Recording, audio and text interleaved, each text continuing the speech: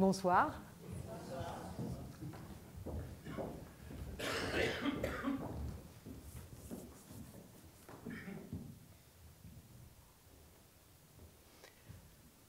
La matrice de Véronica Mabahardi se présente comme un ensemble de fragments regroupés dans ce qu'on pourrait appeler des catégories, des chapitres, expérimentation, femmes, exil. L'autrice recommande pour la présentation de ces fragments d'opérer un choix aléatoire. Pour vous donner un aperçu de ce que ça pourrait donner sans que ça ne devienne fastidieux, le processus du choix de chaque fragment qui doit être lu, nous avons opéré des regroupements de fragments et puis nous allons vous demander une participation, nous aider à choisir les fragments, donc les regroupements que nous allons lire ce soir. Mais tout d'abord, je voudrais savoir s'il y a parmi vous quelqu'une qui serait d'accord pour participer avec nous et au moment où nous lui demanderons de lire un de ces fragments. Merveilleux, c'est clair. Merci. Votre prénom? Véronique. Merci Véronique.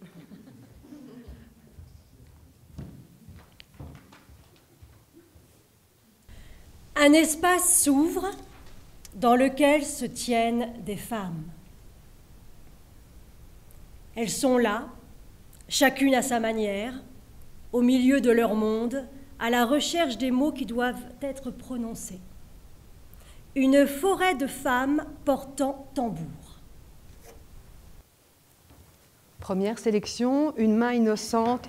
Madame, je suis sûre de l'innocence de votre main. Je vous en prie. Voilà. Quelle lettre est-ce donc? Elle. L, mesdames. Très bon choix.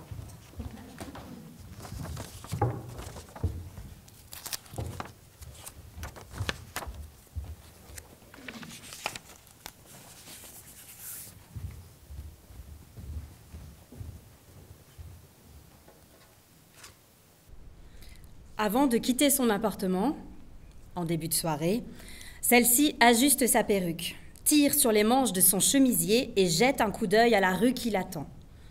Où elle va, nul ne le sait. Jeune fille, elle se penchait au balcon lorsque passaient les officiers rebelles acclamés par le peuple. Quel balcon? Le grand balcon d'un appartement du Caire, au premier jour de la Révolution. On lui disait « Pour l'amour de Dieu, ma chérie, ferme ces rideaux, qui sait ce qui va arriver ?» Mais elle voulait voir. Ouvrir les persiennes, ouvrir la fenêtre, sortir dans la rue, quitter le quartier, quitter le pays. Elle a fini sa vie à Paris. Une vieille dame au regard franc, rouge aux lèvres, en 2 pièces pantalon, chemisier rayé, foulard de soie et souliers lacés, qui arpente la ville à longue foulée, de Pigalle à Montparnasse. On dit qu'elle n'était fidèle qu'au livre, qu'elle claquait son argent au casino, qu'elle avait un secret, qui sait.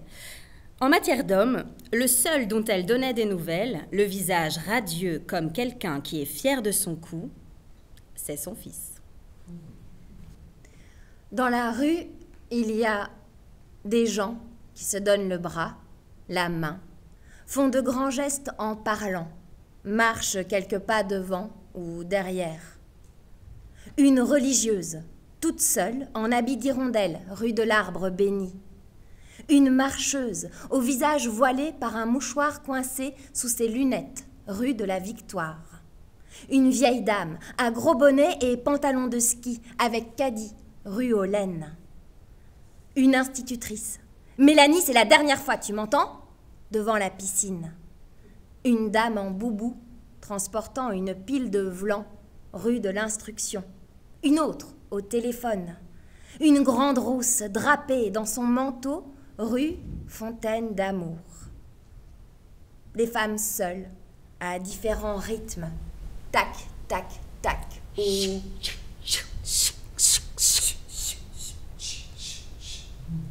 Une femme gominée et compensée qui dit « Moi, je regarde en un les yeux ».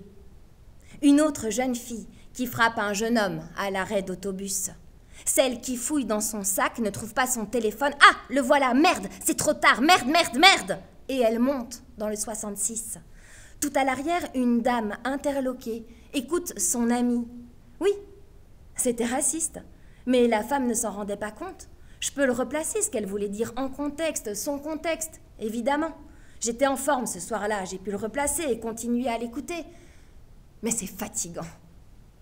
Une femme au téléphone, ravie, avec poussette et dedans un petit garçon qui hurle, des talons aiguilles, un manteau en pseudo-vison qui se hâte et derrière un regard affolé. Samira et Jasmine en pantalon moulant et foulard noir. Une dame à vélo, pieds nus, dans des sandales. Un enfant derrière, un enfant devant. D'autres à vélo, toutes droites ou penchées ou ondulant ou maugréant. Une assise sur un banc, main dans les poches.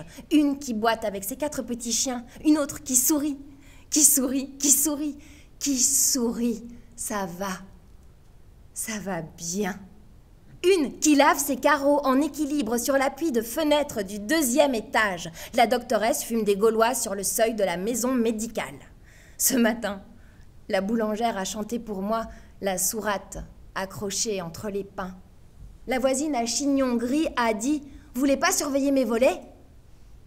Et hier, au petit matin, à côté d'un taxi, une femme, ça hurlait « Salope, tu penses qu'à toi, si tu savais le mal que tu m'as fait !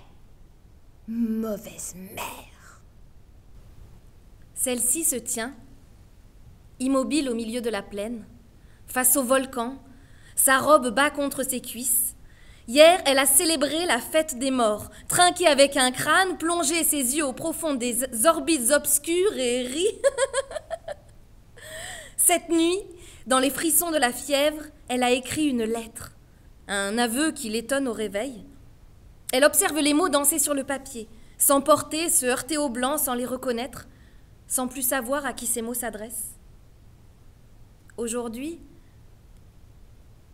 elle est tendre. Ses paupières battent et ses lèvres brûlent. On dirait que j'ai perdu ma colère.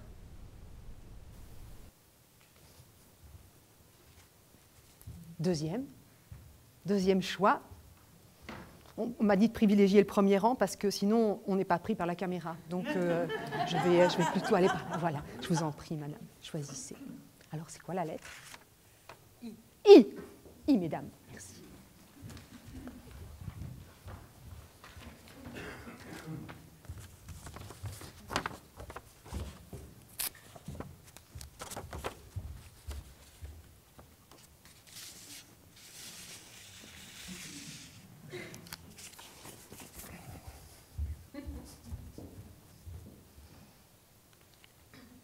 Elle a traversé le désert avec sa sœur. Ce long chemin pour arriver, ça commence là-bas, quelque part en Syrie.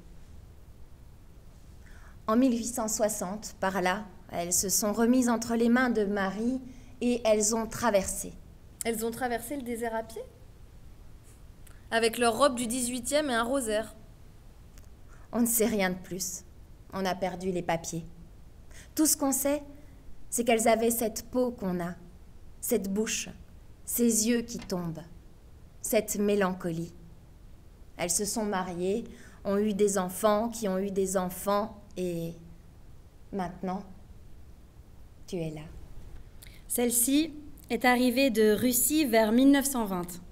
Serrant la main de son fils dans la sienne, elle a traversé les frontières avec la horde des inconnus et abouti au Caire.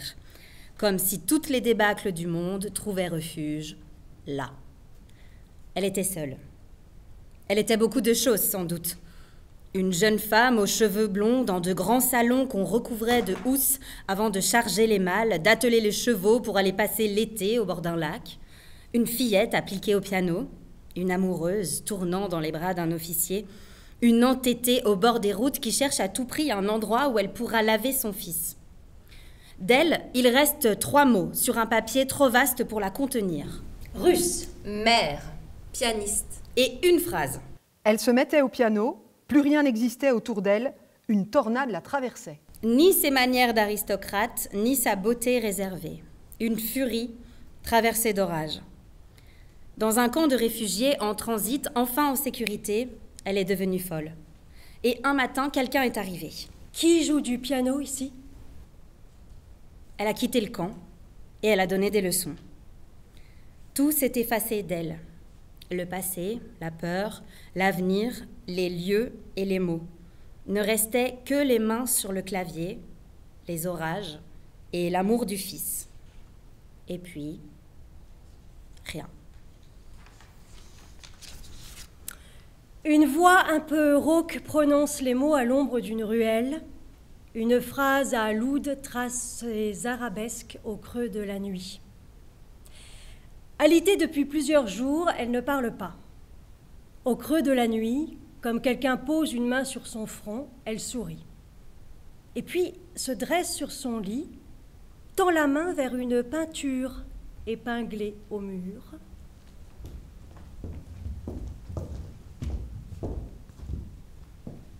Un tableau qu'elle a fait il y a plus ou moins 20 ans, 4 silhouettes d'ombre rouges et vertes et 2 autres plus sombres à l'écart. Entre les silhouettes, il y a un espace vers lequel elle se tend. Je veux y aller avec eux. Et pour s'assurer d'être bien claire, dans un dernier effort, elle sourit avec eux là-bas. Quelqu'un dit oui. Alors elle se glisse entre les silhouettes, sans hésitation, et disparaît.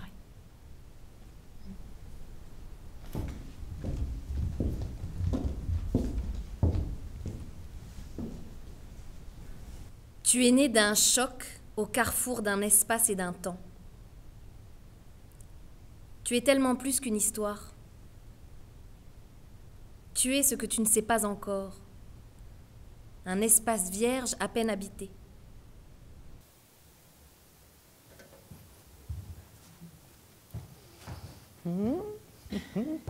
Qui va? Oui, vous êtes tentés. Hein. Allez-y. Quelle lettre est-ce donc? A. A1.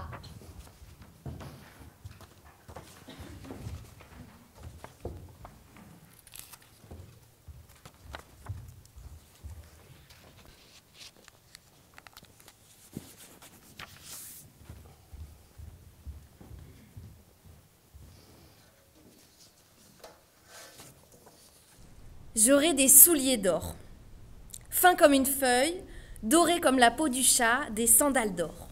J'aurai les cheveux dénoués, bouclés comme la forêt, des cheveux tressés d'organdi et des plumes au cou. Je porterai des bracelets d'argent et de nacre, un tatouage sur le front.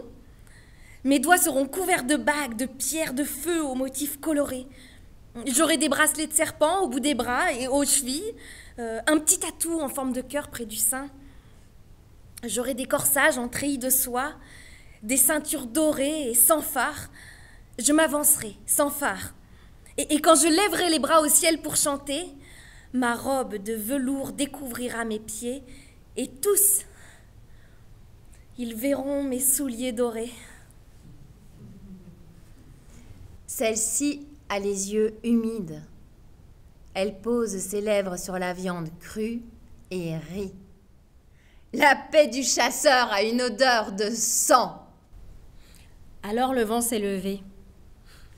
Elle a pris sa valise, et dans sa valise, elle a mis le linge et l'argent qui restait. Elle a réveillé les enfants, fermé la porte de la maison, et elle est partie. Tu dis qu'il suffit de parler, si tu crois que c'est facile. J'irai sur la route. Je passerai mon temps à transporter des gens, à les faire parler. D'abord, ils seront sans histoire. Je les embarquerai pour quelques kilomètres. J'ignorerai leur nom, mais leur histoire me parviendra peu à peu tandis que se déroule le paysage. Ils me diront d'abord les choses qu'on dit parmi les autres. Et dans les vitres, les forêts et les collines de plus en plus basses, jusqu'à la mer, sans me regarder, ils parleront. Et puis, comme un étonnement, à s'entendre raconter de vieilles blessures, surgira une image oubliée dont ils diront « c'est ce qui m'aide à poursuivre. Où? Écris ça dans ton livre pour celles, ceux qui viendront après moi. Où? Cette chose précieuse, ne la raconte pas, je ne veux pas qu'on me l'abîme. Et puis, dépose-moi là. J'entendrai le récit de celui qui possède une île rose, celle qui a inventé un langage inconnu, celle dont les pieds ont perdu prise sur une route de montagne et ses mains l'ont rattrapé au dernier moment, celui qui a prié avec les moines orthodoxes, celui qui a inventé des monstres et les classé par série, celui qui dirigeait la mer comme un orchestre, et celle qui voulait être une gitane dans un immeuble en chantier, celle qui chantait des chansons comme on suit une lumière dans la nuit. Je penserai à eux, à elle, comme à des amis, auxquels, où que j'aille, un fil me relie. Je serai la plupart du temps toute seule, et la plupart du temps je roulerai, reliée par la pensée, à tout celle, à tout cela. Je ne m'arrêterai jamais longtemps. Quand je serai triste, je chanterai une vieille chanson, mais la plupart du temps, je ne serai jamais triste. Je serai autre, évidemment. J'aurai appris à démonter la mécanique et à changer les pneus, donc j'aurai des épaules comme ça, et puis des mains, et je serai tranquille, je n'aurai plus peur. Et parfois, au bout d'une route, il y aura une cabane avec une très vieille femme. Elle ne dira pas grand-chose, elle s'appellera Dimanche. Elle sera toujours là, comme un gardien d'immeuble. Et elle dira, pour chacun d'entre nous, il y a une place où se tenir. À cette place, tu regardes autour de toi et tout s'ordonne. Mais où est cette place? Où? Il est temps de dormir maintenant. Celle-ci appelle. Que ça vienne, que ça arrive. Appelle sans savoir, jette ses bouteilles à la mer, crie aux forêts, aux rochers, à l'eau, à la nuit, aux échos des montagnes, qu'autre chose qu'elle survienne. Elle appelle, qu'au moins dans l'obscurité quelque chose existe, au moins une voix, appelle sans trêve, que quelqu'un se réveille, invoque le ciel, les oiseaux. Même les morts répondent quand on sait s'y prendre. Celle-ci tient en équilibre sur une échelle pour attraper les premières cerises dans l'odeur sucrée d'un verger gorgé de soleil. Le sang des cerises au creux de la main, mordue, léchée, elle parle, rit, énumère les bonheurs de la journée. Et c'est là, Véronique, que vous nous aidez. C'est vous qui allez énumérer les bonheurs de la journée. Je vous en prie, c'est à vous. Brosser le chien, couper la pomme et faire germer les pépins, éplucher les poivrons calcinés, leur chair douce et luisante contre la peau, chaque pépin et les échos des voix dans la carrière, arracher les herbes qui envahissent le grenier, être coriace, imiter le chat. Merci Véronique. Je vous en prie, à vous l'honneur de tirer la prochaine lettre. Merci. Hop. T. Le T.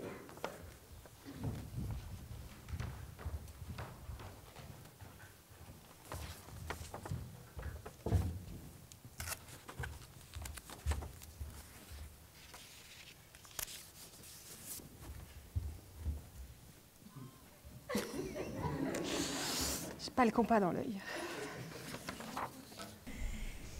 Immobile, on devient un seuil. On ne décide rien. Parfois, une animale me visite, veut de l'ombre lécher ses plaies. Les événements arrivent. Ils viennent vers nous comme des gens. Quelque chose n'a pas encore de forme, n'a pas dit son nom. Une vigilance. Prépare-toi. S'agiter n'y changera rien. Pressentiment. Avant de sentir, ça te prévient avant de venir.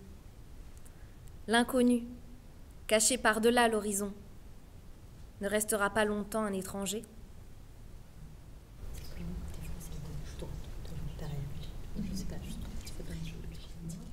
Les femmes que je porte en moi ne sont pas toutes liées par le sang. par la caresse, parfois, par le regard. Les gestes, les mots, les intonations de la voix.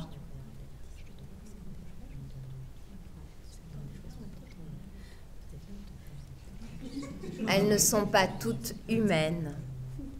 Parmi les voix qui palabrent dans mes tissus et se feraient un chemin jusqu'à mes lèvres, la plus petite protège en riant le désir qui renaît, les frissons, le trouble.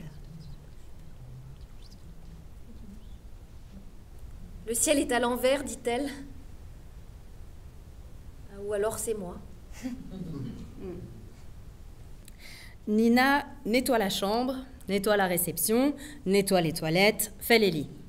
Elle apporte les petits déjeuners, regarde passer les amoureux, glisse un billet à ceux qui se cachent. Elle a un petit garçon qui travaille très bien à l'école. Quand elle a fini son service, à midi, elle se dépêche pour arriver à temps à la séance de 13h35. Elle n'aime pas rater les previews.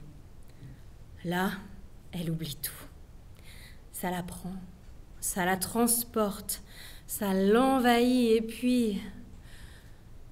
Il faut prendre le bus, nettoyer les légumes et donner le bain, préparer les tartines et le dîner de demain.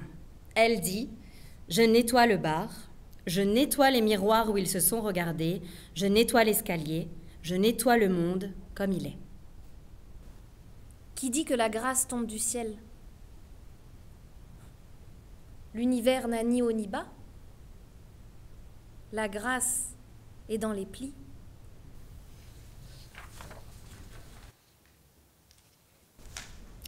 Sur le pont, j'ai croisé l'impératrice. Elle fait le compte des mètres parcourus depuis le début de la nuit et des bons de réduction ramassés dans les poubelles. Une aubaine. Elle collectionne les cartes postales et les polaroïdes, les photos d'intérieur. Dans ses sacs, elle transporte des tripes de mouton, des pelotes de laine rance et de coton, une poupée n'a qu'un œil et des images pieuses, une madone en bas nylon et un prospectus de Sun Hair. Elle m'a tendu ses mains aux doigts vernis. Ouvre la boîte, qu'est-ce que tu vois? Prends le collier, porte-le tout l'hiver. Quand les perles auront fondu, tu seras vengé.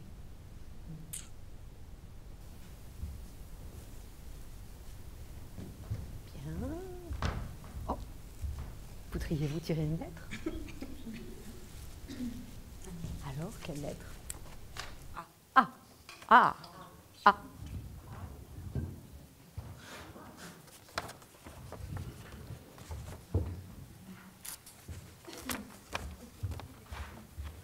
Ça va pas le faire.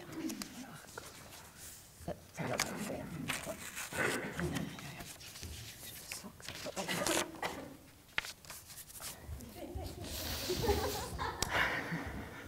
Ça va aller. Expérimente. Refuse d'être un objet achevé. Marche à l'intérieur d'une autre. Va où tu ne t'attends pas. Expérimente. Mange un radis. Ferme les yeux. Entrouvre les lèvres, écoute le bruit de tes dents. Goûte le blanc sous le rouge, la fraîcheur du palais. Recommence. Encore, encore. Jusqu'à fondre. Expérimente. Raconte la même histoire autrement, en commençant par la fin ou par le milieu. Réagence et écoute ce que ça dit. Expérimente. Dis « Je suis un homme ».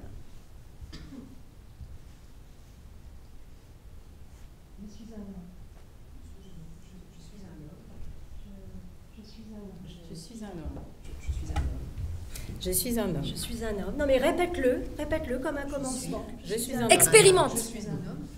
Ferme les yeux. Rappelle-toi un moment. C'était où? Qui était là? Est-ce qu'il y avait des mots? Tu te souviens de l'odeur? La température? Et s'il fallait garder une chose de ce moment? Expérimente pour voir. Aujourd'hui, tu toucheras 17 personnes inconnues. Bon, tu te débrouilleras, hein. Expérimente. Marche entre les mots comme entre les corps, au milieu de leur foule en mouvement. Marche à l'intérieur de toi. Expérimente, considère le temps comme une étendue à parcourir. Comme une étendue à parcourir. Alors revenir sera facile. Expérimente. Dans la rue, avec une femme croisée au hasard, regarde-la, enfin, essaye, souris, même sans envie, hein. Plonge dans son regard et souris.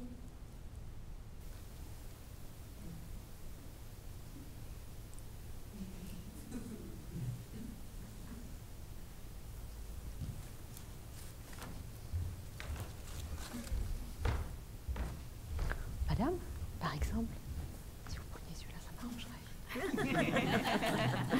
Oh bah, y a rien. Ah, il n'y a rien, Sylvia. Ah, enfin, On va devenir. qu'est-ce qu'on va devenir? Alors c'est là que je vais te demander, si tu veux bien, de lire un tout petit fragment. Tu vois, c'est très court, comme ça tu participes, au même titre que nous. Comment? C'était notre joker, tu étais notre joker. Voilà.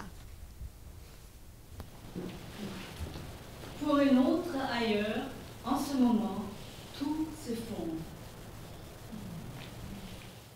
Merci.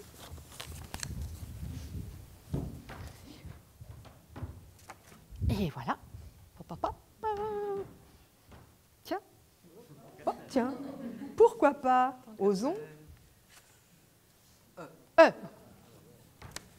Si.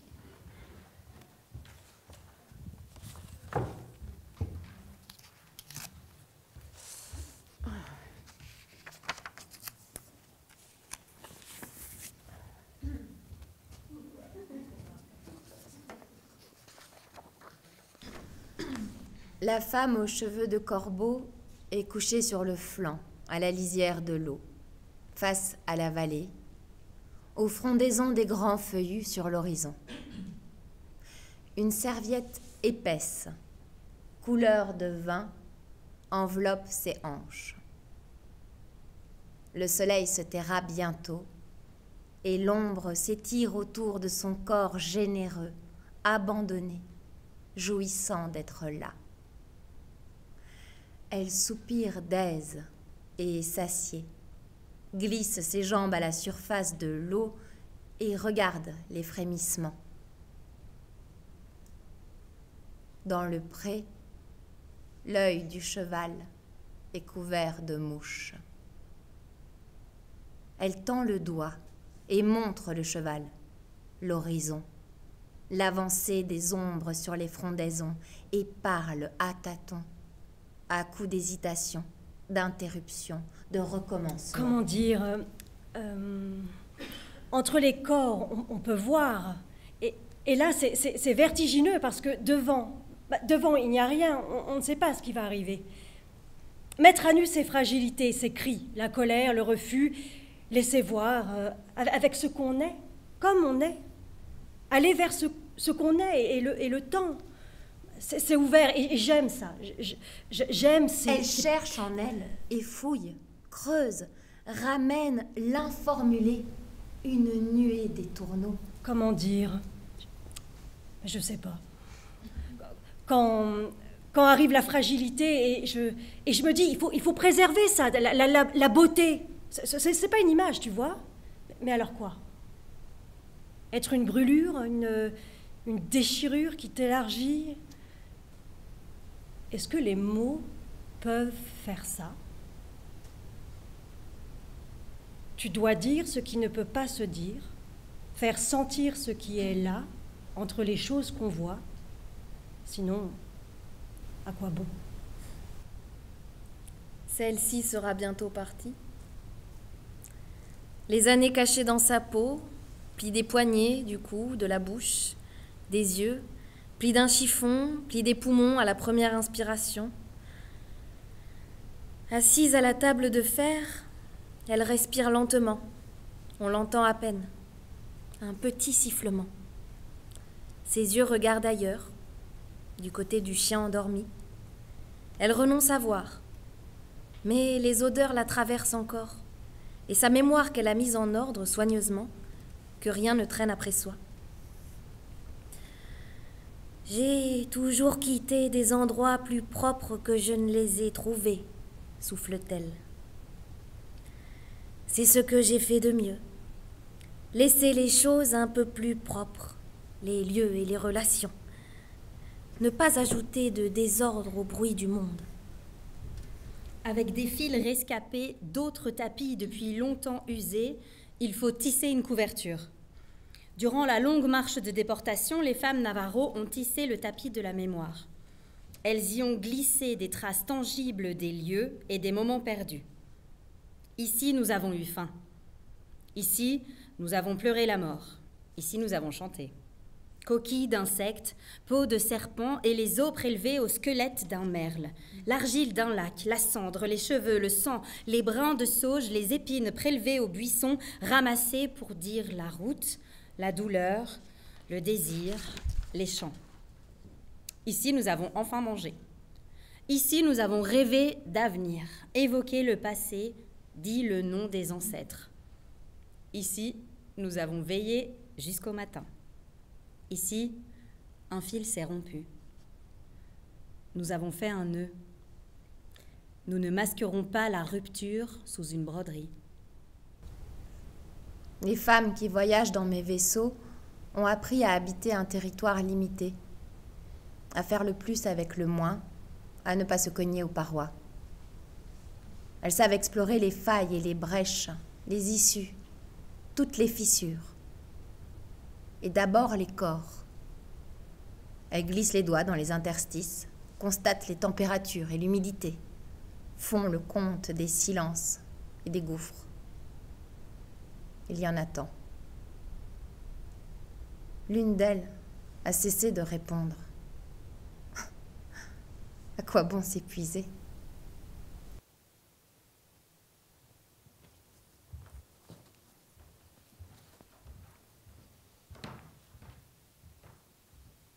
Madame ?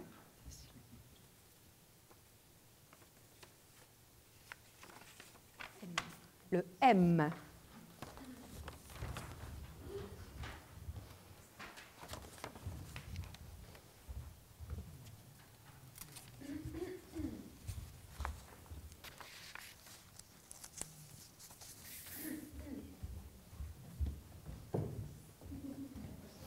Ne riez pas.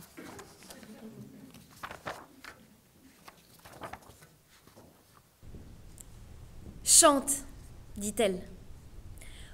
Au moment où tu sens que tu vas tomber, chante. Celle-ci a le cœur au bord des lèvres. Un cœur vaste et ocre, chaud de soleil. Elle s'accroupit pour parler aux enfants et ses cheveux cuivrés glissent sur ses épaules. Elle aime le vent sur les allées de bois qui surplombent la mer, les pélicans qui surgissent toujours quand on a la patience d'attendre. Sa maison est ouverte, au pied d'une montagne qui s'embrase l'été. Sous ses pieds, ça tremble parfois. Ici, la terre respire, on le sait. Il y a une faille sous cette ville où elle vit qui pourrait avaler sa maison, sa rue, sa ville jusqu'à l'océan. Elle dit « On apprend à survivre aux effondrements en se couchant de bonne heure. Un bon sommeil vous préserve des peurs inutiles. » Elle a appris très jeune à faire le café de 13 heures pour l'apporter à son père, à petits pas. Le café qu'on appelle mzbout, bien fort, juste assez sucré, avec les jours de grande douceur, 3 gouttes de fleurs d'oranger. Elle dit « Je posais la tasse à côté du jeu de tric-trac et on commençait une partie. Il jouait bien, sans condescendance et sans s'impatienter. Et mes victoires m'appartenaient. » On l'appelle la folle du carrefour. Elle empile les manteaux, elle n'a pas de lacets, ses fenêtres sont cassées, rafistolées avec du scotch, elle caresse les voitures, elle fait rire les gosses. Quand on s'approche, elle s'enfuit comme un animal, mais c'est une femme. Dans cette maison, il y a d'autres gens qui vont et viennent pendant, qui quittent le trottoir quand elle jette les poubelles. Celle-ci entre, attirée par la lumière. Son visage apparaît dans la pénombre. Elle avance à tâtons, hésitante, un peu éblouie. À présent, elle parle, la balbutiante, trébuchant dans la peur de mentir, de ne pas dire les choses comme elles sont, qu'avec la parole neuve, elle tombe dans un lieu où plus rien ne sera vrai, un lieu hors du commun, où personne ne la retrouvera. Elle ignore ce que sera cette parole neuve, jamais prononcée, après laquelle il faudra bien que les vieilles litanies s'effondrent. Elles résisteront, les litanies. Elles sont profondes, comme les fondations des cathédrales. La balbutiante le sait. Elles ne se laisseront pas ébranler. Si cette parole neuve et ancienne à la fois était recevable, d'autres avant elle l'auraient prononcée. Elle demande un fil pour sortir du brouillard. Pas un vêtement, pas même une trame, un fil seulement. Demande qu'on la laisse dire. N'interrompez pas. Allez-vous-en si vous le désirez. Détournez vos regards, pensez à vos projets, votre avenir, mais ne parlez pas, ne me dites pas qui je suis, ce qu'il faut que je fasse, ne brisez pas mon élan. Son souffle se suspend. Et elle se tient là, entre deux points d'éternité, tremblante et nerveuse, ne sachant à qui se vouer, refusant de se vouer à quiconque. Tant pis, j'y vais. Et sa parole pousse, cherche un chemin vers la lumière dans les profondeurs de son corps. Elle prend la parole et la parole la prend. Elle le sent, la balbutiante, que les mots du dessous la saisissent et l'embarquent dans un orage. On lui a déjà donné la parole, un jour, il y a longtemps. Elle a dit... Non, merci. Cette parole que vous me donnez, votre parole, je n'en ai pas besoin. J'en avais une parole à moi. Maintenant, à ce point enlisée dans vos théories, recouverte par les commentaires, à ce point enfouie sous les assignations qu'on la croirait morte. Et pourtant la voilà, intacte de s'être cachée dans la confusion et les plis de ma peau. Maintenant, non. Je ne laisserai pas le cri l'emporter. Je poserai des mots entre les gens et les arbres pour quitter, laisser derrière et revenir, retrouver le lieu, le moment où ça a eu lieu, cette chose qu'on ne peut dire ni refuser à moins de se refuser soi-même. Cet héritage, cette buée qui ne vient pas de moi, mais de celles qui m'ont précédée. Elle parle pour protéger, tisser un cocon, un fil à soie sécrété lentement. Elle tremble, dit ce que c'est d'être là, traversée, héritière avec les mots disparus. Tente de nommer ce qui n'est pas là, ce qui n'est pas juste, ce qui est menti, négligé, le déni. Tente de nommer ce qui a été tu, trop longtemps caché par les formules vagues. Te laisse pas abattre, c'est si simple pourtant. Souris, surmonte, oublie, avance, c'est du passé. Parle pour agir, montrer, et qu'il s'habitue ou s'en aille. Et quand elle y arrive enfin, quand ce qu'il y avait à dire existe, après ce long travail, les rougissements et les cris, après la confusion, le désir de détruire ou de tomber, elle s'arrête. Et le monde se réagence autour des mots. Quand on a nommé, on le sait, plus besoin de chercher sa place. On est là, on le voit bien. L'air tremble. Le ciel vacille et les oiseaux se taisent. Les serpents s'enroulent sur le rocher. Les arbres même sont attentifs. Alors elle se tait. Et le silence est enfin commun.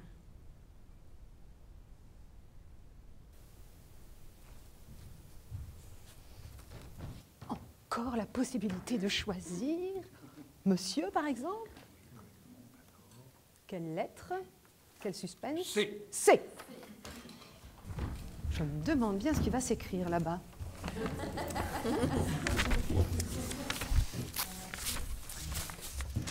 Je sens déjà que si je veux le faire correctement, hop, hop.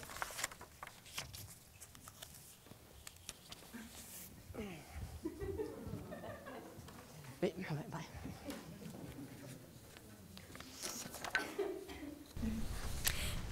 Tu vois les exils qui arpentent les rues, les mémoires brisées et l'oubli.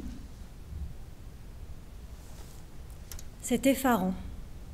Effarant, dit celle-ci. Quand on perd la mémoire, Et moi aussi, je m'efface, presque plus là. Ce que je suis devenue, mon Dieu, je ne le reconnais plus. Pas d'intérêt à rien, sauf peut-être pour les grands destins, les livres, les biographies. Je veux comprendre ce que c'est que d'être humaine, je présume, ses passions. Mon corps se pétrifie, c'est effarant, je ne ressemble plus à rien. C'est pourquoi il faut faire le chignon, tous les matins. Quoi qu'il arrive, il faut faire le chignon. Ce que nous sommes, dit-elle encore, pas plus qu'une céramique après le four, des heures à pétrir la terre, cette affaire des mots, des nuits à imaginer la forme que ça prendra. Je mettais les pots au four et puis il fallait attendre. Et au moment d'ouvrir, on ne peut pas prévoir ce qui va en sortir. Il faut être patient. Moi, je l'ai appris à mes dépens. Moi, j'ouvrais trop tôt et bang! C'est comme ça qu'on fiche une vie en l'air. Quand j'étais petite, il y avait les marronniers. D'immenses marronniers par la fenêtre de ma chambre. Et les bruits de la rue. Je ne connaissais rien à la rue, la vie de la rue. J'écoutais tout ce qui se passait sur les pavés. Les gros chevaux qui tiraient les charrettes, les tonneaux de bière, la bonne femme qui venait livrer le pain dans sa petite charrette, le raccommodeur de porcelaine qui réparait la vaisselle sur le bord du trottoir, le charbonnier dont on ne voyait que les yeux tout noirs et le chiffonnier. Pendant des années et des années, je l'ai entendu qui criait « Eddie Vodelenbien !» Bon, je connais pas le flamand, mais j'ai jamais compris ce que c'était Eddie Vodelenbien, mais le chant de Eddie Vodelenbien, Eddie Vodelenbien, jusqu'à présent, je l'entends. Mais j'ignorais complètement ce que ce bonhomme voulait. Il voulait acheter des os. Mais pourquoi faire des os, hein? Je sais pas. Peut-être qu'on faisait du papier, je sais pas. Il passait tôt. Quelquefois, il m'éveillait. Et chaque semaine, le même jour, à la même heure, l'orgue de Barbarie. Et le petit singe attrapait les pièces et grimpait dans le marronnier. Il y a presque 100 ans. Maintenant, je suis bien loin de Bruxelles, mais quand je me réveille le matin, c'est au marronnier que je pense.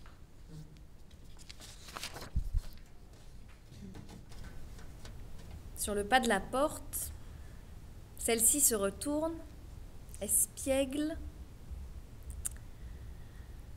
Pourtant, c'est beau que chacun meure en emportant son histoire. Pourquoi faut-il qu'il y ait un témoin? Heureusement qu'il y a l'oubli. À quoi bon accumuler les preuves? Mieux vaut se laisser dissiper comme une odeur. On te donne 3 notes, tu improvises une mélodie qui résonne un moment. Certains l'écoutent, d'autres passent leur chemin.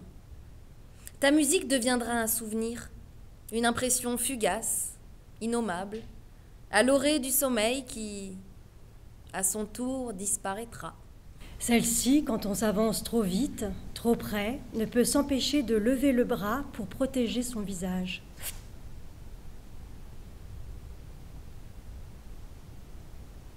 Elle a beau essayer de se contrôler. C'est un geste qu'elle a appris avant le langage. Au bord du canal, une vieille est assise parmi les objets. Ici, c'est vague. Juste un peu de béton entre les palissades. Un bon coin pour en finir. Si seulement ça pouvait venir cette nuit. Si coriace, Emma. Et si seulement tu pouvais en finir, bon Dieu. Pas de bon Dieu à l'horizon, ma vieille. Arrête-moi ça. C'est tranquille, hein? On entend les débris clapoter, les vieilles bouteilles et les sacs en plastique, avec une branche de laurier tombée dans l'eau vers la forêt. Cette ville est pleine de reliques. C'est comme ça que j'ai trouvé ce vieux tricot. D'ailleurs, où je l'ai mis? Un vieux tricot, je me suis dit, au bord du fleuve. Qu'est-ce que tu fais là, vieux tricot? Toi aussi, tu veux qu'on te défasse? Viens me voir, je vais te démêler. Pour peu, on entendrait jaser les rats sur le pont ou les cafards dans l'herbe. Et un soulier, regarde-le bien, ce godillot, il a fait du chemin. Si tu regardes bien, tu finiras par voir le type qui était dedans, le poids qu'il avait, sa fatigue, sa joie. Un crucifix, des papiers, des bouts de rien, des ficelles, des choses comme ça, si on se donnait la peine de fouiller. Et encore un soulier. Les gens de cette ville sont incapables de garder leurs souliers. Et un sac en papier, avec la robe rouge. Ça, c'est pour toi. Et c'est là, ma fille. Et c'est, tu verras. Mets la robe. Va en ville. Ta vie sera changée.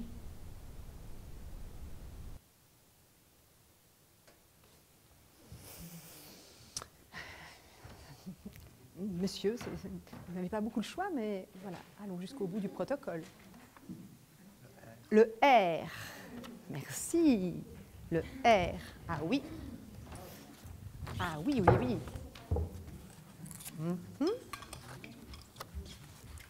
Voilà. Yes. Tout mis dans le bon ordre.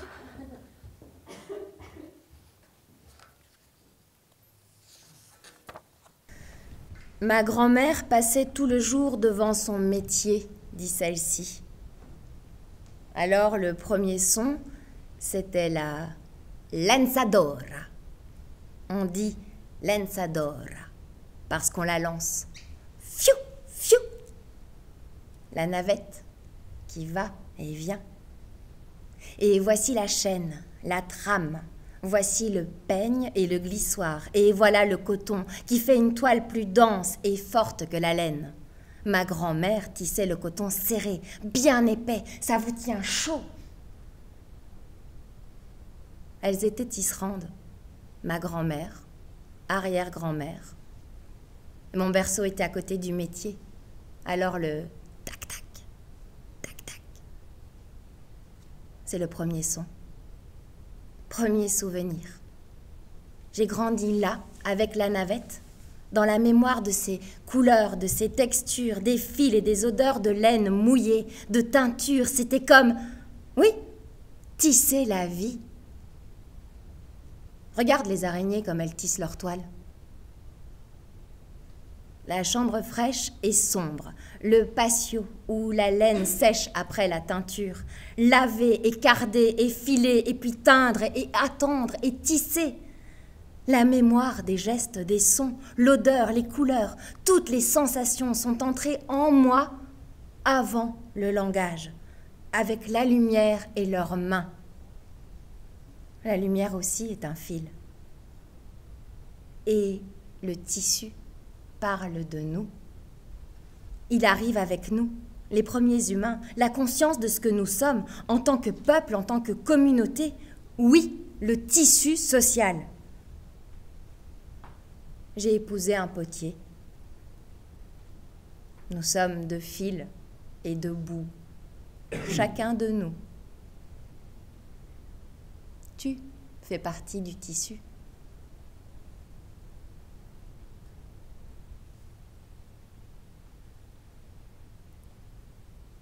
Pendant un long temps, rien.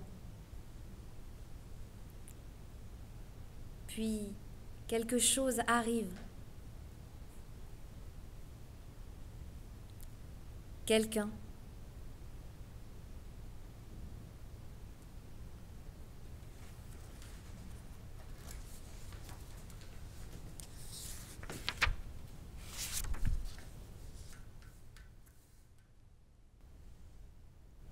Au beau milieu du supermarché, entre la farine et le thon saupiquet, un papillon traverse mon corps. Et des millions d'images. Parfois, je voudrais me laver les yeux